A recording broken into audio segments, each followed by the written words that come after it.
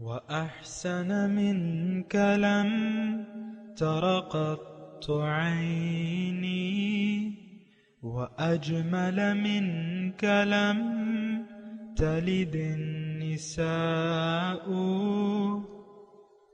خلقت مبرأ من كل عيب خلقت مبرأ من كل عيب كأنك قد خلقت كما تشاء كتاب أنزلناه إليك مبارك ليدبروا آياته وليتذكر أولو الألباب. یہ کتاب برکت والی ہے جسے ہم نے آپ کی طرف نازل فرمایا ہے تاکہ دانش مند لوگ اس کی آیتوں میں غور و فکر کریں اور نصیحت حاصل کریں. اللہم صلی علی سیدنا محمد معدن الجود والکرم وآلہ وسلم. سامعین و ناظرین کرام، السلام علیکم ورحمۃ اللہ وبرکاتہ. سامعین کرام، سورہ فاتر آیت نمبر 23 آج کا موضوع وأحسن منك لم تر قط عيني. اس کے ساتھ سامعین کرام آج کے سبق کا آغاز کرتے ہیں. سب سے پہلے گزشتہ سبق کا اعادہ ہوگا. وما يستوي الأعمى والبصير اور اندھا اور بینا برابر نہیں ہو سکتے، ولا الظلمات ولا النور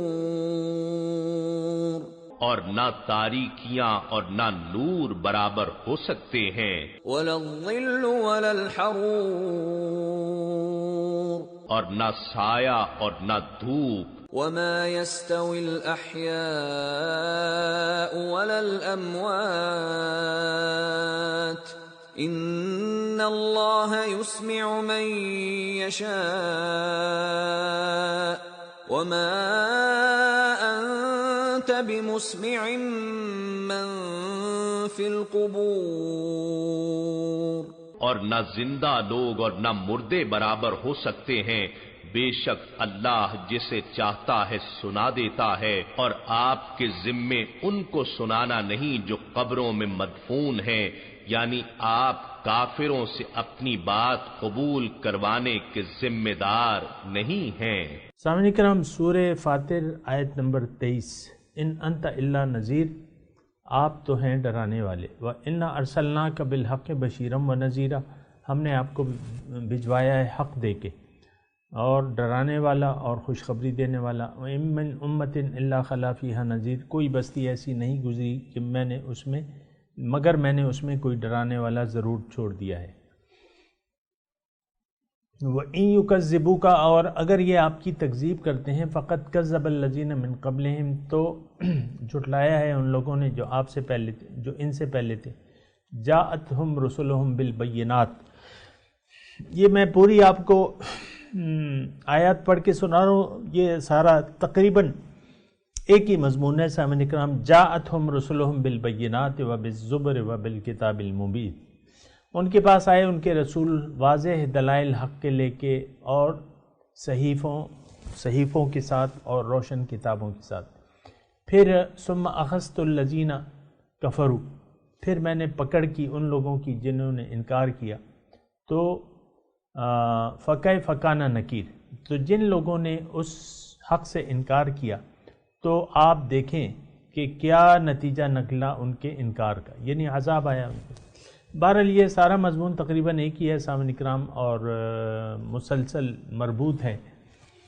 گزشتہ سبق میں ہم نے یہ پڑھا تھا، اللہ تعالیٰ نے مختلف چیزوں کی مثال دی تھی. اس میں اللہ تعالیٰ نے یہ فرمایا تھا گزشتہ سبق میں کہ دیکھو اندھے اور بینا یہ لوگ برابر نہیں ہو سکتے، پھر سایہ اور دھوپ برابر نہیں ہو سکتے، اور روشنی اور ظلمت برابر نہیں ہو سکتی. جو مردہ ہیں اور جو زندہ ہیں یہ بالکل برابر نہیں ہو سکتے.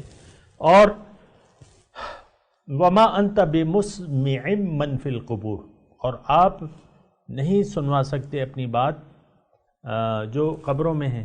اس کی میں نے اللہ تعالیٰ کی توفیق سے وضاحت کی تھی سامعین کرام کہ جنہوں نے حق سے انکار کر دیا اور اللہ تعالیٰ کی یاد کو اپنا شعار نہ بنایا وہ پھر مردہ ہے. حضور صلی اللہ علیہ وسلم، میں نے آپ کو حدیث سنائی تھی، حضور نے فرمایا کہ جو اللہ تعالیٰ کو یاد کرتا ہے اور جو نہیں کرتا، ان کی مثال جو ہے مردہ اور زندہ کی سی ہے. اگر ایک شخص نے حق سے انکار کر دیا سامعین کرام تو پھر یہ ہے کہ وہ مردے کی مثال ہو جاتی ہے. اولئک فی ضلال بعید کے پھر ان کے لیے الفاظ آتے ہیں، کلا بران علی قلوبہم کے الفاظ آتے ہیں، بل ختم اللہ علی قلوبہم کے الفاظ آتے ہیں ان کے لیے. بہرحال آج کا جو سبق ہے سامنے کو، ان انت الا نذیر، کہ آپ تو صرف ڈرانے والے ہیں. ایک بات سامنے کرام بالکل واضح ہو جانی چاہیے، آپ کے ذہن میں بالکل واضح ہو جانی چاہیے کہ اللہ کا کام ہدایت دینا ہے، یعنی جو ہدایت آتی ہے آسمان سے، جو اللہ تعالیٰ کی ذمہ داری ہے کہ ان علینا للہدی، انسان کو ہدایت دینا میری ذمہ داری ہے. پھر اللہ تعالیٰ نے جب آدم آ رہے تھے زمین پہ، ان سے چند باتیں کی تھی، اہبطوا منہا فاما یأتینکم منی ھدی، کہ تم جاؤ، میری طرف سے تمہیں ہدایت آئے گی، فمن تبع ہدایا فلا خوف علیہم ولا هم یحزنون. تو جنہوں نے ان ہدایات کا اتباع کیا ان کے لیے نہ کوئی خوف ہے نہ کوئی غم ہے. تو بہرحال سامعین اکرام یہ ساری باتیں ہیں، اس کو یعنی اچھے طریقے سے آپ کو سوچنا اور سمجھنا ہوگا. اور ہدایت کے پانے کا طریقہ کیا ہے یا اس کی پالیسی کیا ہے، تو وہ ایک یعنی جو بنیادی بات ہے یہ آپ کے ذہن میں ہونی چاہیے کہ نہ تو اللہ تعالیٰ زبردستی کرتے ہیں. ہدایت کے یکساں مواقع ہیں انسانیت کے لیے. قل الحق من ربکم فمن شاء فلیؤمن ومن شاء فلیکفر. ہدایت تو آ گئی رب کی طرف سے تمہارے، جس کا جی چاہے انکار کر دے، جس کا جی چاہے قبول کر لے.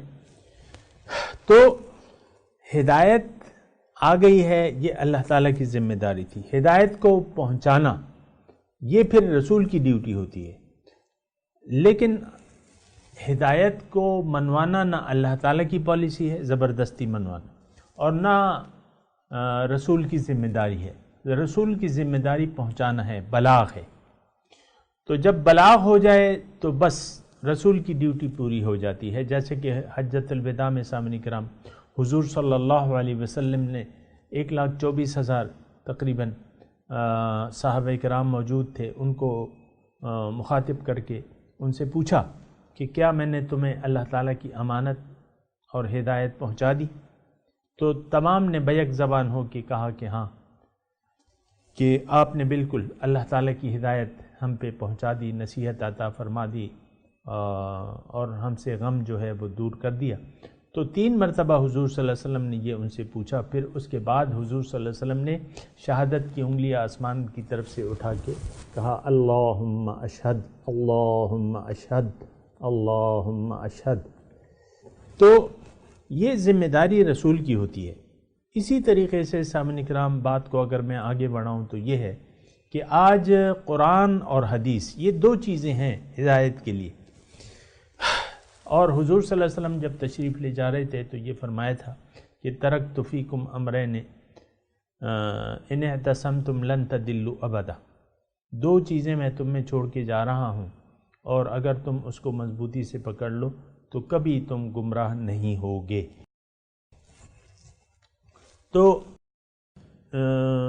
یہ یعنی اس خلاصہ کلام یہ ہے، اور کہنا میں یہ چاہ رہا ہوں سامعین کرام کہ ہدایت ایسی چیز نہیں ہے کہ یہ اللہ تعالیٰ کی طرف سے کوئی ایسا یعنی کوئی زبردستی آپ کے لیے کوئی ایسے ماحول پیدا کر دیے جائیں، یا جو ہے ایسے واقعات ظہور پذیر. بعض لوگ نیکی کرنے کے لیے کسی وقت کا انتظار کرتے رہتے ہیں کہ وہ معجزانہ طور پہ کوئی وقت آ جائے اور بس میری کایا پلٹ جائے اور میں توبہ طائب ہو جاؤں. بھئی قرآن اور حدیث موجود ہے، یہ دو چیزیں ہیں، اگر آپ نے ان پہ غور و فکر کیا، اس کو قبول کر لیا، اس کے راستے کو اپنا لیا، تو آپ کامیاب ہو جائیں گے اور بچ جائیں گے تباہی سے۔ اگر آپ قرآن اور حدیث میں غور و فکر نہیں کرتے، حق کو قبول نہیں کرتے، اللہ کو اپنی منزل نہیں بناتے، تو پھر کیا ہوگا؟ پھر تو مسائل بہت خطرناک ہیں جو وقت آنے والا ہے، اور یہ نہیں کہ موت کے بعد، نہیں، دنیا میں بھی آپ کی زندگی انتہائی مشکل اور گران ہوگی۔ من اعرض عن ذکری فإن له معیشۃ ضنکا، جس نے بھی میری یاد سے منہ موڑ لیا اس کی زندگی میں اس پر تنگ کر دوں گا۔ اور یہ ایک ایسی بات ہے کہ اس پہ ہم غور و فکر کے لیے تیار نہیں ہیں، اور افسوس سے یہ کہنا پڑتا ہے کہ قرآن سے ہمارا یقین اٹھ گیا ہے۔ اس بات کو کہنے میں مجھے کچھ باک نہیں ہے اور کچھ شک و شبہ نہیں ہے کہ قرآن اور فرمان رسول حدیث جو ہے، اس پہ ہمارا ایمان اٹھ گیا ہے۔ ہمارا ایمان تو اب آ گیا ہے، کنورٹ ہو گیا ہے، یعنی کنورٹ ہو گئے ہیں۔ وہ کیا؟ ہمارا ایمان کنورٹ ہو گیا ہے ظاہر پہ، باطن سے ہمارا ایمان ہٹ گیا ہے، وہ ایمان نہیں ہے۔ یہ تو آپ کو بھی ماننا پڑے گا، اور یقیناً آپ یعنی یہ مانیں گے کہ وہ ایمان باقی نہیں ہے جو کہ قرآن پہ ایمان ہے۔ یہ بات میں اس لیے کہہ رہا ہوں کہ جو آیت میں آپ کو سنانے والا ہوں اس پہ ہم نہ توجہ دیتے ہیں اور نہ اس پہ سوچتے ہیں، بلکہ قرآن کے تقریباً مضامین پر ہم غور و فکر نہیں کرتے۔ افلا یتدبرون القرآن ام علی قلوب اقفالها، اللہ تعالیٰ نے قرآن میں فرمایا کہ کیا یہ لوگ تدبر نہیں کرتے، قرآن سوچتے نہیں ہیں، یا ان کے دل پہ تالے لگے ہوئے؟ تو اس کا جواب تو یہی ہے کہ ہم تو اس لیے نہیں سوچتے کہ ہمارے دل پہ تالے لگے ہوئے، اور اس کی وجہ، تالے لگنے کی وجہ کیا ہے کہ ہم نے حق پہ غور و فکر بھی چھوڑ دیا ہے، اور اس کی ایک وجہ یہ بھی ہے کہ ہم نے باطن پر ظاہر کو ترجیح دے دی اور کافرانہ روش کو اپنا لیا ہے۔ تو یہ ذرا سوچنے کی باتیں ہیں۔ اور جو بات میں آپ کو کہنے جا رہا تھا، جو آیت، اور میں نے یہ ذرا دل کی اپنی بھڑاس نکالی ہے کہ ہمیں قرآن کے مضامین پر اعتماد و بھروسہ نہیں ہے، اور وہ یہ ہے آیت کہ من اعرض عن ذکری فإن له معیشۃ ضنکا ونحشرہ یوم القیامۃ اعمی۔ اللہ تعالیٰ نے قرآن میں لکھ دیا ہے، بتا دیا ہے ہمیں کہ جس نے بھی، بلکہ یہ ایک اللہ تعالیٰ کی پالیسی ہے، اگر آپ اس کو نوٹ کریں اور یقین کریں تو پالیسی اللہ تعالیٰ کی یہ ہے، من اعرض عن ذکری، جس نے بھی میری یاد سے منہ موڑ لیا، فإن له معیشۃ ضنکا، اس کی زندگی میں اس پر تنگ کر دوں گا، پریشان حال ہوگا، نماز پڑھے گا، روزے رکھے گا، اور حج کرے گا، زکوٰۃ دے گا، کلمہ زبان سے پڑھے گا، لیکن قبلہ اور کعبہ اس کا دنیا ہوگا، منزل، مقصود، محبوب اس کا دنیا ہوگی، ظاہر ہوگا۔ تو یہ لوگ جو ہیں، یہ حقیقت میں انہوں نے ذکر الہی سے اعراض کر لیا ہے۔ اللہ تعالی ہماری منزل نہیں ہے۔ دنیا کی کامیابی کو ہم اپنی اصل کامیابی سمجھتے ہیں، یہ ایک بہت بڑی غلطی ہے اگر آپ اس کو سوچیں اور سمجھیں۔ بہرحال تو ان اللہ یسمع من یشاء۔ اچھا، بہرحال میں اپنے مضمون کی طرف آتا ہوں۔ ان انت الا نذیر، آپ تو ڈرانے والے ہیں، یعنی آپ کی کوئی اور ذمہ داری نہیں ہے کہ آپ ان پر۔ دوسری جگہ ہے ما انت علیہم بجبار، تیسری جگہ ہے کہ ما انت علیہم بمسیطر۔ مختلف مطلب یہ ہے کہ وہ مضامین ہیں یا الفاظ ہیں کہ آپ ان پر زبردستی منوانے والے تو نہیں ہیں۔ اور یہ اگر میں آپ کو عبرت کے لیے ایک واقعہ بیان کروں، حضور صلی اللہ علیہ وسلم کا اپنا واقعہ ہے۔ حضور کے چچا تھے، کون؟ ابو طالب صاحب۔ تو حضور کی رسالت کے ساتھ انہوں نے، ظاہر ہے وہ بچپن سے آپ کو معلوم ہے کہ حضور صلی اللہ علیہ وسلم ان کی تربیت میں تھے، آغوش میں تھے، چچا تھے، اور یہاں تک کہ حضور صلی اللہ علیہ وسلم کے لیے انہوں نے، یعنی اسلام کے لیے کافی، حضور کی وجہ سے کافی خدمات انجام دی۔ حضور صلی اللہ علیہ وسلم کو یعنی ایک ڈھال بنے رہے، تقریباً ایک ڈھال بنے رہے۔ تو خدمات تو تھیں ان کی، لیکن جب وہ وفات پا رہے تھے حضور صلی اللہ علیہ وسلم نے ان کے کان میں کہا، چاہتے تھے کہ یہ اسلام قبول کر لیں، لیکن ان انت الا نذیر، منوانا یا ہدایت دینا، زبردستی میں کہوں گا نا، ہدایت پہنچانا ہے، دینا تو پھر انسان کی اپنی خواہش پہ ہوتی ہے۔ تو موت کے وقت ان کی حضور صلی اللہ علیہ وسلم نے ان کو درخواست کی کہ چچا میرے کان میں کلمہ پڑھ دیں آپ، انہوں نے نہیں پڑھا، تو وہ ایمان اپنے ساتھ نہیں لے گئے، انہوں نے انکار کر دیا۔ جب انکار کر دیا تو بس پھر حضور کیا کر سکتے تھے؟ پالیسی نہیں ہے اللہ تعالیٰ کی۔ نوح علیہ السلام کا بیٹا ان کی آنکھوں کے سامنے وحال بینہم الموج فکان من المغرقین، اپنے بیٹوں کو دیکھتے دیکھتے بس وہ ڈوب گیا طوفان میں، ایک موج آئی اور اس کو لے گیا۔ اسی طرح آپ دیکھ لیں، لوط علیہ السلام کی بیوی تھی، نوح علیہ السلام کی بیوی تھی، لوط علیہ السلام کی بیوی تھی، یہ سب جو ہے اہل خانہ تباہ و برباد ہو گئے۔ کیوں کہ زبردستی منوانا کسی انسان کی ڈیوٹی نہیں، انسان میں پیغمبر بھی شامل ہیں، دوسرے لوگ بھی شامل ہیں، یعنی نبی یا وارثان نبی، میں اگر آسان الفاظ میں کہوں، ان کی ڈیوٹی منوانا نہیں ہے، ہدایت پہنچانا ہے۔ یہ ایک اچھی طرح بات نوٹ کر لیں۔ تو یعنی اس کا سامعین کرام اس کا اثر یہ ہے، یعنی اس گفتگو کا اثر یہ ہونا چاہیے کہ اگر ہم تک ہدایت پہنچ چکی ہے تو اس ہدایت کو قبول کرنے کے لیے ہم سر دھڑ کی بازی لگا دیں اور اللہ تعالیٰ کو اپنی منزل بنا کے اللہ تعالیٰ کے راستے پر چل پڑے، یہ اس کا وہ ہے۔ تو بہرحال ان انت الا نذیر، آپ تو فقط صرف ڈرانے والے ہیں، اور انا ارسلناک بالحق بشیرا و نذیرا، اللہ تعالیٰ فرما رہے میں نے آپ کو حق کے ساتھ بھجوایا ہے، ڈرانے خوشخبری دینے والا اور نذیر۔ یعنی خوشخبری کس چیز کی؟ کہ جو حضور کی دعوت کو قبول کر لیں، ہدایت کو قبول کر لے، تو دو خوشخبریاں ہیں سامنے کرام۔ یہ بات اچھی طریقے سے نوٹ کر لیں، اس بارے میں ہم تھوڑا سا یعنی ہمارا ذہن ذرا مختلف ہے۔ ہم کہتے ہیں کہ دنیا میں آپ کو خوشی نہیں ملے گی، آپ کو چین اور اطمینان نہیں ہوگا، یہ بالکل گمراہ کن تصور ہے۔ یا دنیا یعنی آپ کی خوشی نہیں ہوگی، آپ کو اطمینان نہیں ہوگا، یہ یا دنیا میں آپ کی تنگ دستی ہوگی، یہ بھی ایک وہ ہے تنگ دستی، یعنی آپ کا ہاتھ تنگ ہوگا۔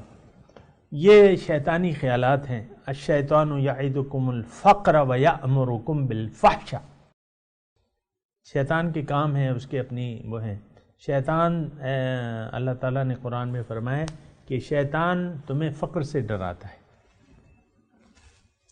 اور تمہیں بے حیائی کا حکم دیتا ہے، وَيَأْمُرُكُمْ بِالْفَحْشَاءِ۔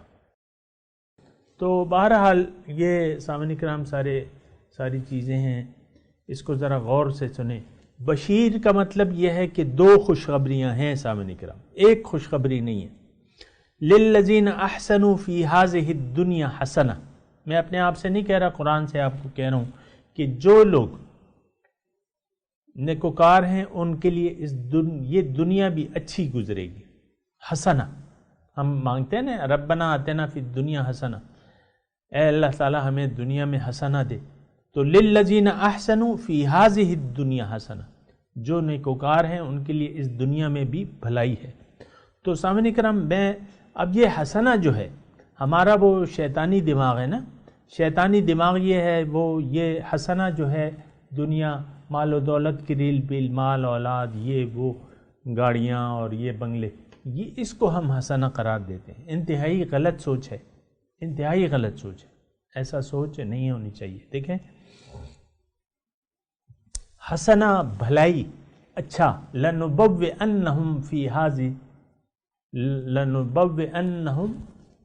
فِي هَذِهِ الدُّنْيَا حسنہ، ان کو ہم اس دنیا میں بہت اچھا ٹھکانہ دیں گے۔ وَلَأَجْرُ الْآخِرَةِ خیر، اور آخرت کا اجر تو بہت بہتر ہے۔ اب اس میں مضمون میں نے پہلے بھی بیان کیا ہے، لیکن بات یہ ہے کہ ہمارا تو ذہن ایسا ہے نا، شیطانی ذہن ہے، ہم شیطانی ذہن سے سوچتے ہیں، یہ ہو جائے گا، وہ ہو جائے گا، ہزار قسم کے خطرے ہیں۔ تو یہ ساری مثال کے طور پہ عرض کرتا ہوں سمجھنے کے لیے، ایک بے پردہ لڑکی ہے، روشن وہ فرسودہ روشن خیالی کے تحت وہ بال کھلے، پردہ، سلیو لیس یا ہاف سلیو یا سی تھرو آستینیں، یہ عام طور پہ آپ دیکھیں فنکشنز میں ایسا ہوتا ہے۔ عموماً لڑکیاں وغیرہ یہ نہیں چاہتی ہیں ہمارے بال پارلر سے بنے ہوں۔ مثال کے طور پہ عرض کر رہا ہوں یہ مثال، ورنہ میں ایسی کوئی بات نہیں ہے۔ تو وہاں آپ دیکھیں کوئی خیال نہیں۔ اب وہ ایک روشن خیال، نام نہاد روشن خیالی جسے کہتے ہیں نا، وہ کہتی ہے کہ یار یہ تو بڑا مشکل ہے، یہ پردہ کرنا، یہ کرنا، وہ کرنا، اور میں دبیز کپڑے پہنوں گی اور کھلے کپڑے پہنوں گی، ایسا تو نہیں ہو سکتا۔ تو ایسا ہے کہ یہ تو پھر اچھا یہ یعنی دنیاوی آزادی۔ پھر عام طور پہ مرد جو ہیں وہ چہرے پہ داڑھی سجانے سے ڈرتے ہیں، یار میری تو ساری پوزیشن خراب ہو جائے گی، اور نعوذ باللہ یعنی زبان حال سے کہتے ہیں ہماری مت تو نہیں ماری گئی کہ ہم داڑھی چھوڑ دیں، ابھی تو میں جوان ہوں اور یہ ہے وہ ہے، میری مت تو نہیں ماری گئی، معاذ اللہ۔ ایسا اگر کوئی کہتا نہیں ہے تو سوچتا ضرور ہے، ایسا سوچتا ضرور ہے، زبان حال سے وہ کہتا ہے میری مت تو نہیں ماری گئی کہ میں حضور کی اتباع میں داڑھی چھوڑ دوں۔ ہاں اگر میں چھوڑوں گا تو چھوٹی چھوٹی چھوڑ دوں گا، ہاں اگر میں چھوڑوں گا تو یہاں ایل سی داڑھی بنا لوں گا، ہاں اگر میں چھوڑوں گا تو میں کچھ فرینچ کٹ بنوا لوں گا کہ ماڈرن بھی لگوں اور داڑھی بھی ہو، ایک ٹکٹ میں دو مزے۔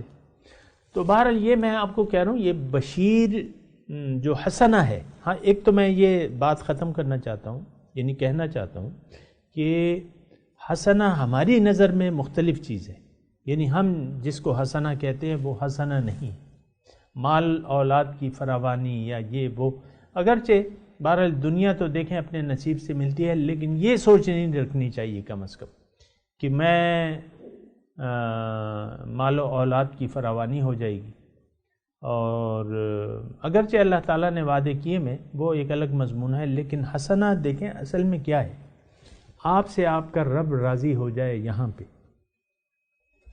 آپ رب کی رضا کا راستہ اپنا لیں اور رب آپ سے راضی ہو جائے۔ جب راضی ہو جائے گا تو آپ کی کایا کلپ ہو جائے گی، آپ کا دل سکون اور مطمئن ہو جائے گا، کیونکہ آپ کا دل اللہ کی یاد سے معمور ہو جائے گا۔ دل وہ آباد نہیں جس میں تیری یاد نہیں، ہے وہ کافر جو تیری راہ میں برباد نہیں۔ وہ دل ہی کیا تیرے ملنے کی جو دعا نہ کرے، میں تجھ کو بھول کے زندہ رہوں خدا نہ کرے۔ بہرحال وہ دل کا چین جو ہے سامنے کرام، وہ جب ذکر الہی میں انسان ذکر الہی کو اپنے اوپر حاوی کر لیتا ہے تو اس کے دل کو چین مل جاتا ہے، سکون، اطمینان، قلبی سکون، دائمی سکون، سامنے کرام 24 گھنٹے کا سکون۔ پھر بہرحال میں وہ خوشخبری کی بات کہہ رہا ہوں کہ آپ کا رب آپ سے راضی ہو اور آپ کا رب اپنی رضا کے کام لے رہا ہو۔ ابھی وہ آئے گا، یعنی اس کا تذکرہ آئے گا، تھوڑا سا آگے مضمون ہے کہ ان الذين يتلون كتاب الله واقاموا الصلاه وانفقوا مما رزقناهم سرا وعلانيه يرجون تجاره لن تبور ليوفيهم اجورهم ويزيدهم من فضله انه غفور شکور۔ آیت نمبر 29 اور 30 اسی سورہ فاتر کی۔ یہ وہ لوگ ہیں جو کتاب اللہ تلاوت کرتے ہیں، نماز قائم کرتے ہیں، خرچ کرتے ہیں جو میں نے ان کو دیا ہے، ظاہر اور خفیہ اور ظاہری طور پر۔ یہ لوگ ایسی تجارت کے امیدوار ہیں جس میں کوئی گھاٹا نہیں ہے، تو اللہ تعالیٰ ان کا پورا ان کا اجر دے گا اور اپنے فضل سے اور بھی زیادہ دے گا۔ بہرحال تو سامعین کرام، ایک تو دیکھیں خوشخبری میں آپ کو صرف آپ کہہ رہا ہوں، اس لیے کہہ رہا ہوں کہ ہماری جو شیطانیت ہے، جو شیطانیت ہم پہ حاوی ہے، وہ ہمیں کہتی ہے کہ دنیا میں کوئی خوشخبری نہیں ہے۔ میں آپ کو قرآن کی روح سے آپ کو یہ بتا رہا ہوں کہ دنیا بھی آپ کی بہت اچھی گزرے گی، پر سکون۔ یعنی دیکھیں سکون تو خیر اس کے اثرات ہیں، لیکن ایک بات جو بہت بڑی نعمت ہے وہ رضوان من اللہ اکبر، اللہ کی رضا، یہ بہت بڑی چیز ہے۔ اور وہ تو یہاں بھی آپ اپنی کوشش اور سعی سے اللہ تعالیٰ کو راضی کر سکتے ہیں، مختلف افعال اور اعمال انجام دینے سے نا، آپ یہاں بھی۔ تو جب وہ اللہ کی رضا پر کے راستے پر آپ چلتے ہیں تو یہ نہیں کہ آپ کی منزل بہت دور ہے، پھر تو یہ ہوتا ہے کہ تیز تر گامزن منزل معدور نیست، جلدی جلدی قدم بڑھاؤ، منزل میری دور نہیں ہے۔ تو بہرحال سامعین کرام یہ مضامین ہیں۔ تو انا ارسلناک بالحق بشیرا و نذیرا، میں نے آپ کو خوشخبری دینے والا اور ڈرانے والا بنا کے بھجوایا ہے۔ یعنی حضور کی حیثیت جو ہے ہمارے لیے خوشخبری سنانے والے کی ہے۔ اگر ہم اپنی مرضی اور رضا سے حق کو قبول کر لیں، یعنی اللہ کے رسول کی دعوت کو قبول کر لیں، اور اللہ تعالیٰ کے رسول کی دعوت اللہ کی طرف ہے، فَفِرُّوا إِلَى اللَّهِ، دوڑو اللہ تعالیٰ کی طرف، اِنِّي لَكُم مِّنْهُ نَذِيرٌ مُّبِينٌ، کہ میں اس کی طرف سے تمہیں ڈرانے والا ہوں صاف صاف۔ وَنَذِيرًا، اور ڈرانے والا۔ سامعین کرام ڈرانے، یہ ڈر سنانا جو ہے یہ بھی پیغمبر کی ڈیوٹی ہے اور ذمہ داری ہے۔ اور ڈر کس چیز سے؟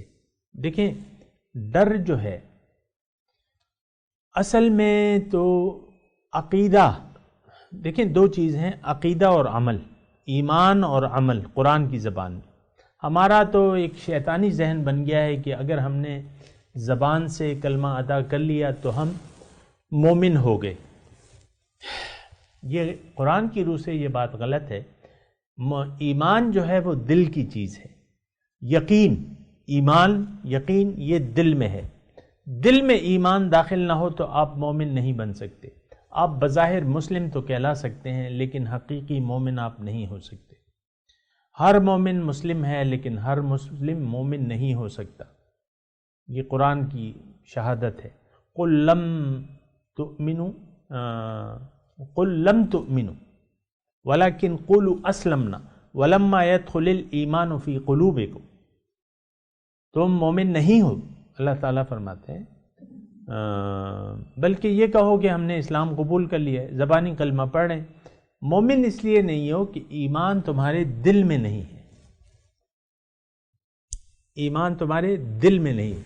تو جب ایمان دل سے خالی ہے، سامنے دل ایمان سے خالی ہے تو پھر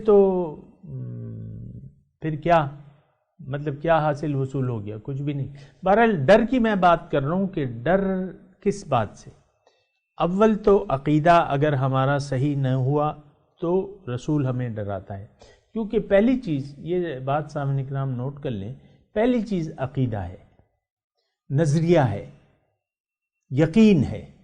آپ کا یقین اگر ظاہر پہ ہے تو آپ روزانہ 1000 مرتبہ تسبیح جو ہے وہ کلمہ طیبہ کی کریں تو اس کا کیا فائدہ؟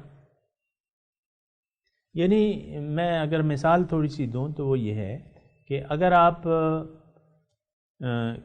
کوئی کھانا زہریلا ہے اور کوئی آپ کو خبر بھی دے دے کہ اس میں سلو پوائزننگ ہے، آپ کو جو کھانا دیا جا رہا ہے یا آپ ہر روز جو کھانا اس میں آپ کو دیا جا رہا ہے، کوئی اگر خبر دینے والا آپ کو خبر دے کہ بھئی تم بچو اس سے اور سلو پوائزننگ ہے، اور آپ اس کو کہیں کہ ہاں ٹھیک ہے، یو آر رائٹ، تم سچے ہو، لیکن آپ ایک نوالا کھاتے رہتے ہیں، خوب پیٹ بھر کے کھاتے ہیں ہر روز وہی زہریلا کھانا، اور پھر کہتے ہیں ہاں یار وہ اس کی بات سچی ہے، وہ بات سچی ہے، یہ کھانا زہریلا ہے، یہ کھانا زہریلا ہے، اور نوالے لیتے رہیں۔ اسی طرح ہم کلمہ طیبہ کا زبانی طور پہ اقرار کر کے عملی طور پہ اس کا انکار کرتے رہتے ہیں سامنے کرام۔ بہرحال وقت اختتام پذیر ہے، اللہ نے چاہا تو اس پہ مزید تھوڑی سی بات کریں گے۔ ابھی میں تلاوت کرتا ہوں، میرے ساتھ دہرائیے۔ اعوذ باللہ من الشیطان الرجیم، بسم اللہ الرحمن الرحیم، ان انت الا نذیر۔ ترجمہ سنا دیں۔ بے شک آپ ڈرانے والے ہیں۔ اس کے ساتھ سامعین کرام آج کے سبق کا وقت اختتام پذیر ہے۔ اب ہم اس سبق کی تلاوت اور ترجمہ سنتے ہیں۔ ان انت الا Nazir, You are only a warner. اس کے ساتھ ہی آج کے درس کا وقت اختتام کو پہنچا۔ انشاءاللہ اگلے درس میں ملاقات ہوگی۔ وآخر دعوانا ان الحمدللہ رب العالمین، والسلام علیکم ورحمۃ اللہ وبرکاتہ۔